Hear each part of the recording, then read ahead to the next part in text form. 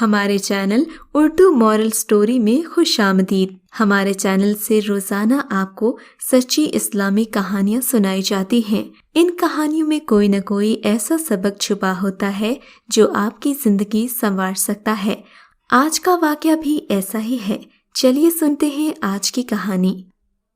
یہ میری کم نصیبی ہے کہ میں بچپن سے ہی کم صورت واقع ہوئی تھی۔ میری باقی بہنیں گوری چٹی اور نہایت خوبصورت تھیں۔ میرے بہن بھائی مجھ سے میری کم صورتی کی بنا پر مجھ سے نفرت کرتے تھے۔ میں ان کی امی سے شکایت کرتی تو وہ انہیں ڈانٹ دیتی، مگر ابا ایسا نہ کرتے تھے۔ وہ مجھے ہی ڈانٹ دیتے تھے، کہتے تم چغل خور ہو اور بہنوں سے حسد کرتی ہو۔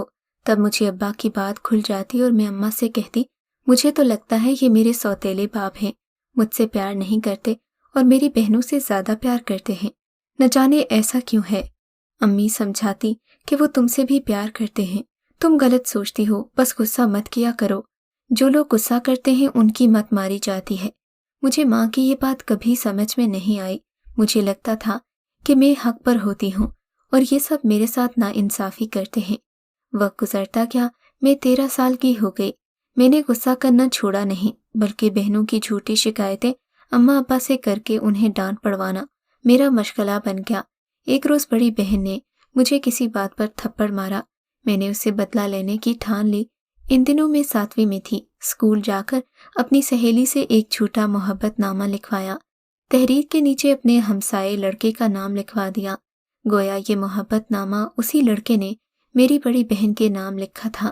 اس خط کو میں نے اس وقت گیٹ کے پاس پھینک دیا جب ابا کی موٹر بائیک کی گلی میں آواز سنی۔ خط پھینک کر میں کچن میں آ کر برتن دھونے لگی، کیونکہ برتن دھونے کی باری آج میری تھی۔ خیر گیٹ کھولنے بھائی گیا، جو سیڑھی والے کمرے کے پاس میں بیٹھا پڑھائی کر رہا تھا۔ یہ کمرہ عموماً بیٹھک کے طور پر استعمال ہوتا تھا۔ جلدی سے واپس آ کر بھائی پڑھنے بیٹھ گیا۔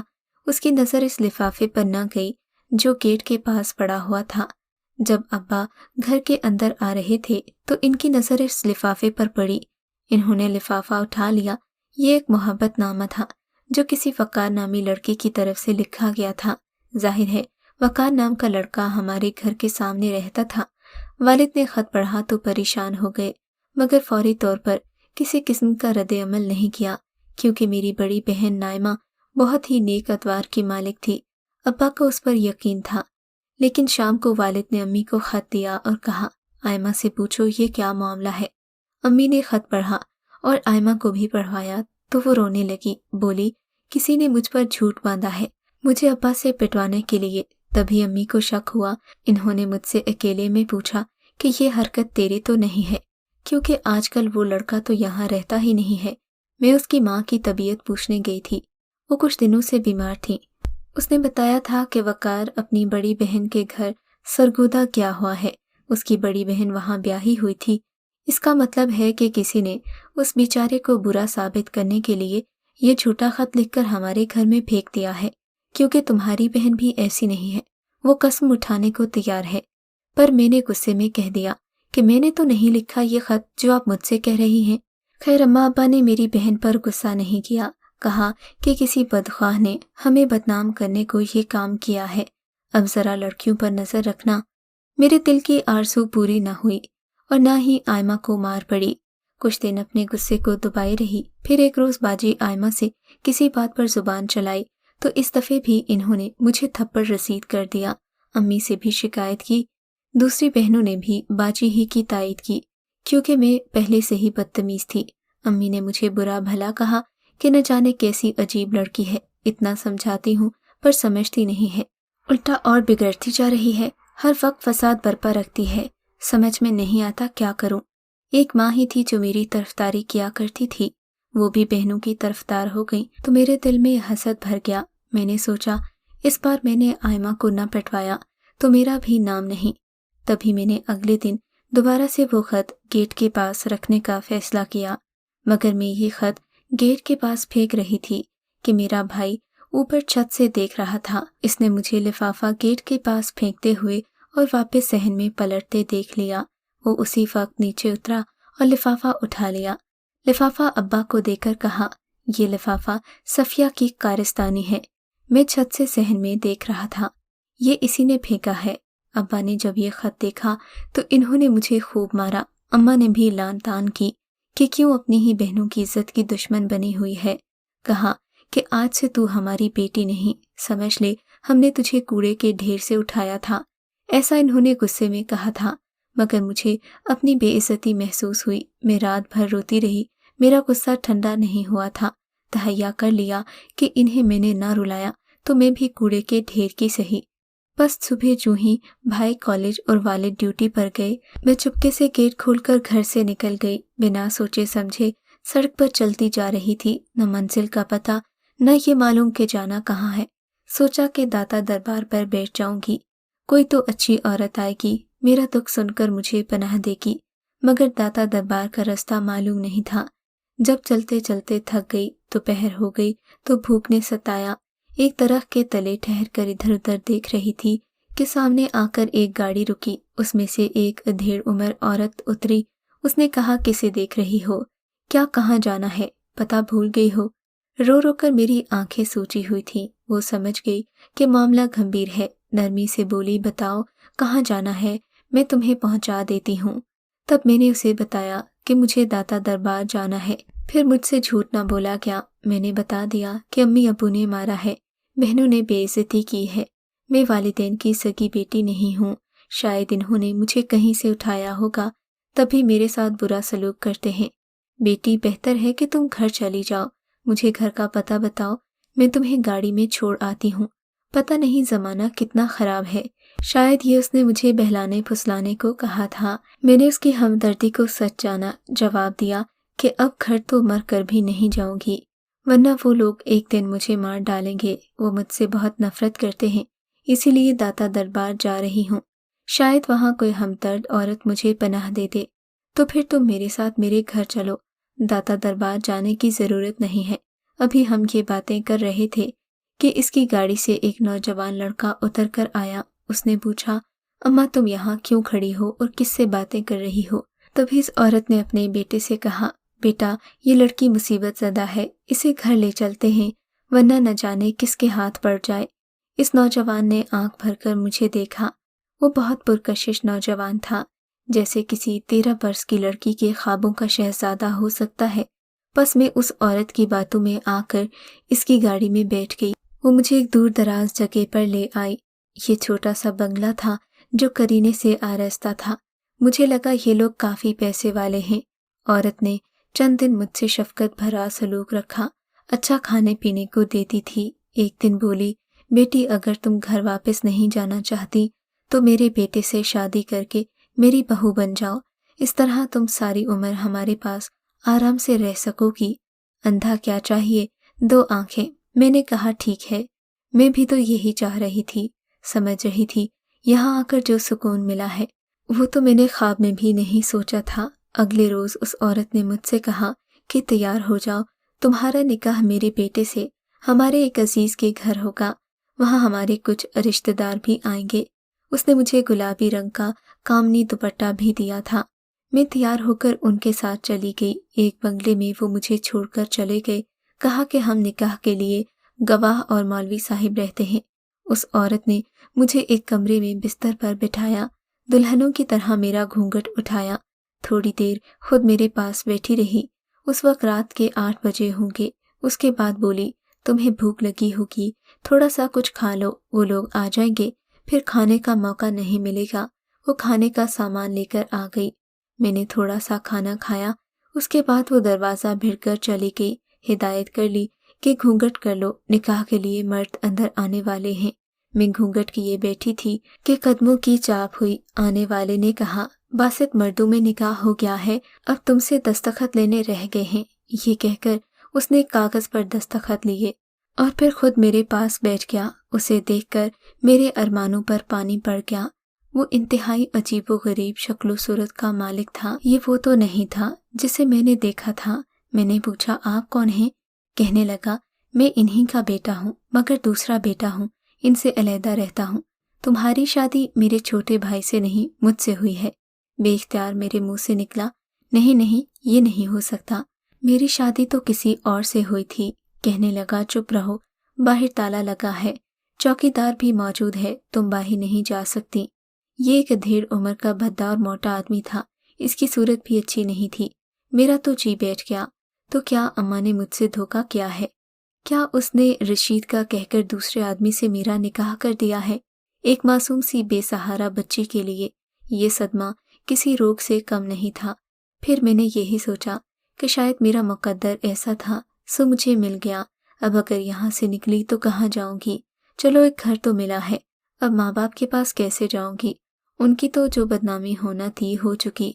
शादी के हफ्ता बाद इस शख्स ने, जिसने अपना नाम अवैस बताया था, कहा कि तैयार हो जाओ, तुम्हारे घर वाले तुम्हें लेने आ रहे हैं। मैं समझी नहीं थी। घर वाले, मेरे जहन में आया कि शायद मेरे अम्मा अब्बा को मेरे बारे में पता चल गया है कि मैं कहाँ हूँ, वो मुझे लेने आ रहे हैं। मगर अवैस ने कहा कि जो तुम्हारे साथ मेरा निकाह कराने आए थे वो माँ और बेटा तुम्हें लेने आ रहे हैं। मैं हैरत से उसे देखने लगी। तब उसे मेरी कमसिनी पर तरस आ गया। कहने लगा, ए नादान लड़की, शायद तुम्हें कुछ मालूम नहीं, ये लोग तुमको मेरे पास एक हफ्ते के लिए छोड़कर गए थे। दरअसल इन्होंने मुझसे काफ़ी रकम तय करके तुमसे ये धोखा किया है।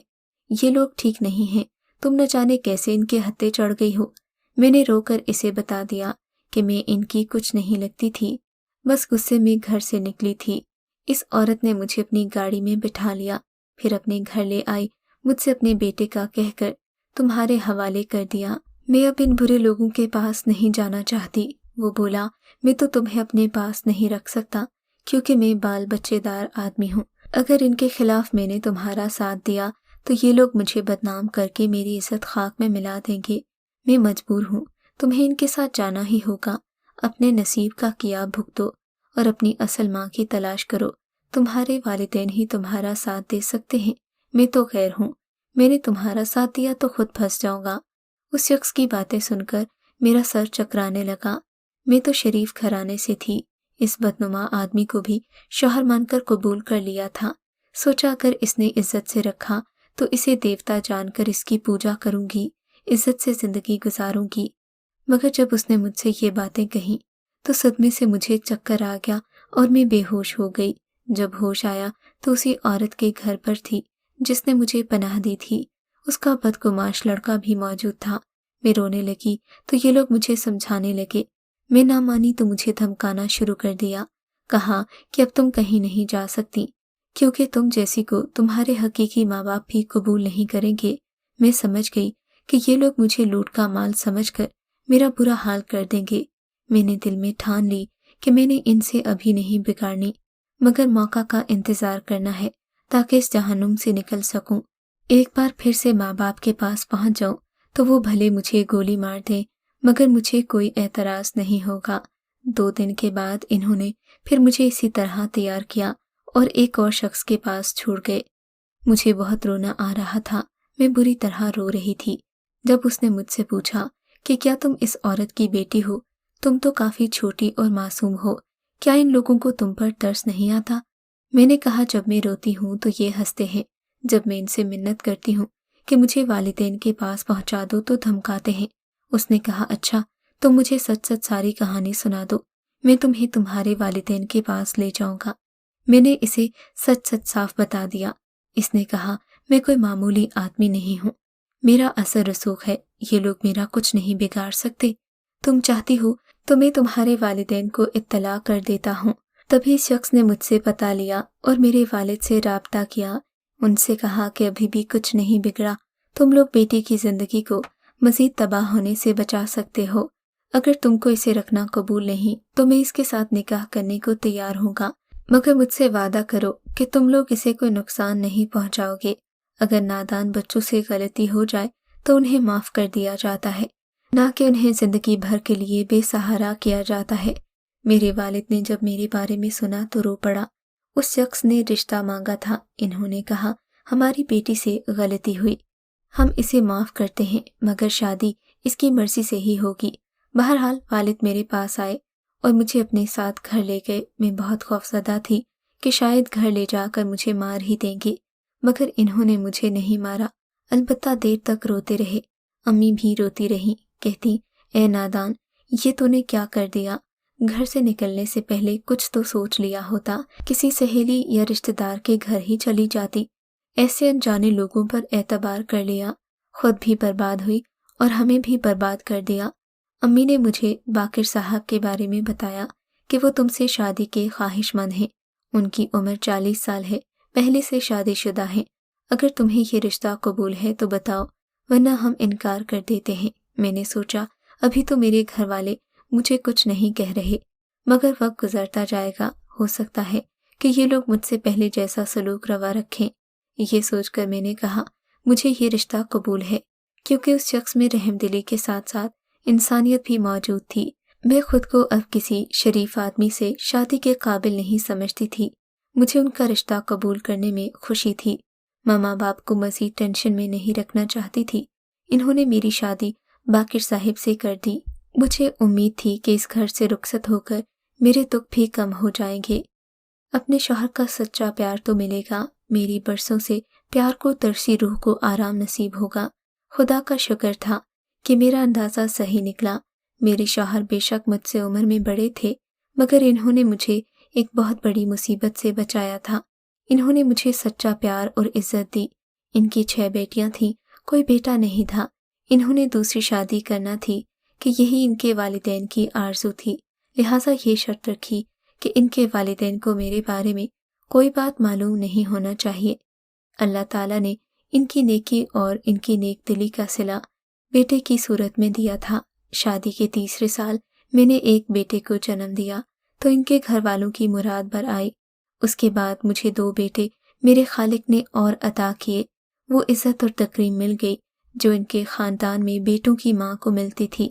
آج اس واقعے کو عرصہ بیت گیا ہے، میرے شوہر اس دنیا میں نہیں ہیں، مگر ان کے بچے مجھے حقیقی ماں کا درجہ دیتے ہیں اور میری عزت کرتے ہیں۔